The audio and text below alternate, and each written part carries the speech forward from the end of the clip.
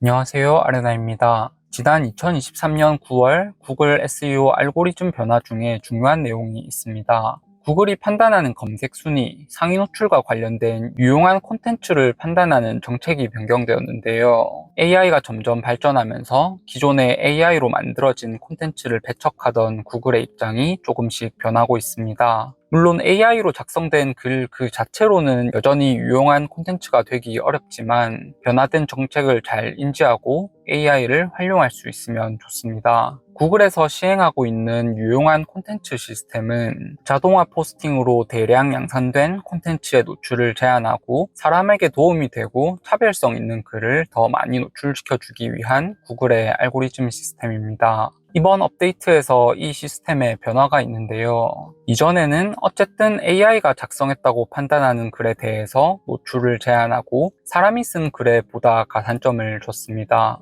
하지만 이제 어쨌든 사람에게 도움이 되는 콘텐츠라면 AI를 사용한 콘텐츠라도 보상을 제공하는 것으로 구글의 정책이 바뀌었습니다. 이제 AI를 무조건적으로 배척하기에는 수준이 많이 올라왔다는 증거인데요. 어떤 방식으로 만든 콘텐츠라도 품질이 우수하면 보상을 제공한다고 합니다. 정보성 내용들과 논리적인 부분은 AI로 작성해도 충분히 도움이 된다는 건데요. 유용한 콘텐츠의 기준은 여전히 기존의 평가 방식인 EEAT를 사용하고 있습니다. 어떤 정보에 대한 나의 경험과 이전의 시행착오, 깨달음은 AI가 대체할 수 없는 부분인데요.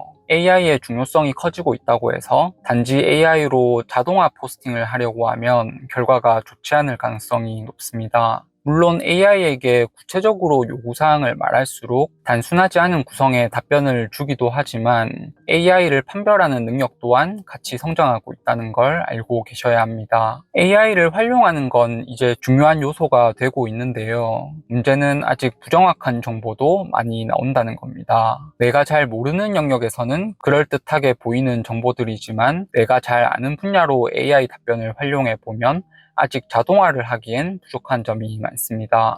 AI 관련 자주 묻는 질문에 대한 구글의 답변을 확인해 보면 사람이 AI를 활용해서 작성한 글이 아니라 단지 자동화로 작성한 글은 구글 검색에서 아예 노출 제한이 될 수 있다고 합니다. 구글에서는 이런 자동화 포스팅 방식이 잘 통하지 않지만 AI를 전문적으로 잘 활용하시는 분들은 특정 검색 엔진에게 통할 수도 있습니다. 현재 다음에서는 아직 잘 통하고 있는데요. 언젠가 막히기 전까지는 블로그를 버릴 생각하고 AI를 잘 활용하시는 분들은 꽤 수익을 낼 수도 있습니다. 하지만 챗GPT의 단순한 입력으로는 어렵고 구체적인 명령을 해야 되기 때문에 이 부분도 공부를 많이 하셔야 됩니다. 다만 이렇게 기술적으로 블로그를 접근하시면 아무리 기술적으로 뛰어나도 경험이 들어가는 글의 자리를 대체할 수 없고 구글에 노출되기 어려운 한계점이 있습니다. AI를 이용한 자동화 포스팅을 할 때 가장 문제가 되는 건 이런 방식으로 포스팅을 많이 하고 시간이 지나도 글을 쓰는 실력은 전혀 늘지 않는다는 건데요.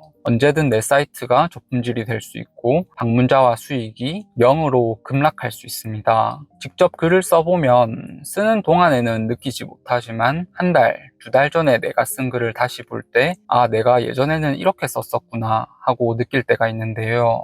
AI를 잘 활용하되 글을 쓰면서 실력을 키워나가야 수익을 내면서 블로그를 오랫동안 할 수 있습니다. AI를 잘 활용한다는 건 어떻게 한다는 걸까요? 단순 정보성 내용을 보다 시각화, 구조화를 잘 해서 보여주되 내 시간을 아끼면서 AI에게 맡기는 것이 기본입니다. 챗GPT는 구글 아이디만 있으면 간편하게 가입이 가능하고 무료로 사용할 수도 있습니다. 아직 챗GPT를 한 번도 사용해보지 않은 분들이라면 이제는 조금씩 활용해 볼 때가 되었습니다. 새로운 변화에 같이 적응해 나가야 생존할 수 있습니다. 그럼 AI를 이용한 데이터 시각화, 구조화에 대해 간단히 예시를 들어보겠습니다. 제 구독자분들은 대부분 20대 중반 이상, 30대 이상 구독자분들이 많아서 부동산으로 예시를 들어보겠습니다. 네이버의 부동산 전망이라고 검색해서 최근 뉴스를 확인해 보겠습니다. 물론 이 뉴스 주제를 선택하시는 분들은 관련해서 본인의 의견을 쓸 수 있는 분들이 선택하시는 게 좋습니다. 뉴스 내용을 보면 여러 가지 데이터를 비교하는 줄글로 된 내용이 많습니다. 평소에 뉴스를 보면 이렇게 여러 정보를 그냥 줄글의 형태로 나열하는 기사가 많은데요.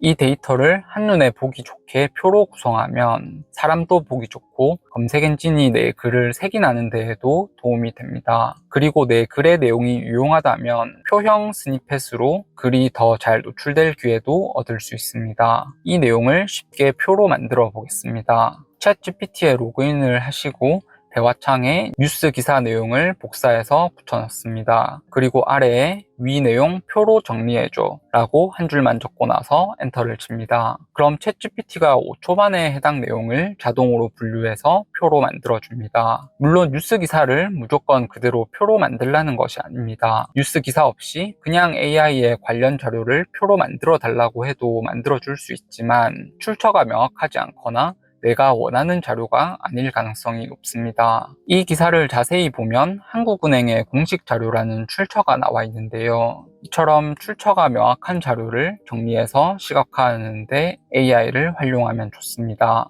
줄글로 길게 내용을 나열하기만 하면 아무리 좋은 내용이라도 독자들이 글을 읽지 않고 스크롤을 내릴 수가 있습니다. 하지만 이렇게 시각화한 이미지, 표가 있으면 독자가 아래 본문과 같이 글을 더 많이 읽을 가능성이 높습니다. 블로그 글에서 가독성을 높이는 방법은 단순히 글을 잘 쓰는 것이 아닙니다. 이미지와 적절한 시각화 자료를 같이 제공해야 유용한 콘텐츠가 될 수 있습니다. 이 표를 복사해서 티스토리에 넣어보면 이렇게 표가 들어가는데요. 배경색이 회색이 들어가 있는 걸 볼 수 있습니다. 기본 모드에서 HTML 모드로 들어가 보면 다행히 표 본문 내용에는 불필요한 코드가 삽입되어 있지 않습니다. 다만 첫째 줄 테이블 스타일에 배경색이 삽입된 걸 볼 수 있습니다. 여기서 백그라운드 컬러를 삭제해 줍니다. 그리고 다시 기본 모드에 들어가서 보면 티스토리 내에서 직접 표를 작성했을 때와 같은 흰색 기본 표를 얻을 수 있습니다. 그리고 원하는 스타일로 변경하면 되겠습니다. 이런 식으로 AI는 잘 활용하는 것이지 전적으로 의존해서는 안 됩니다.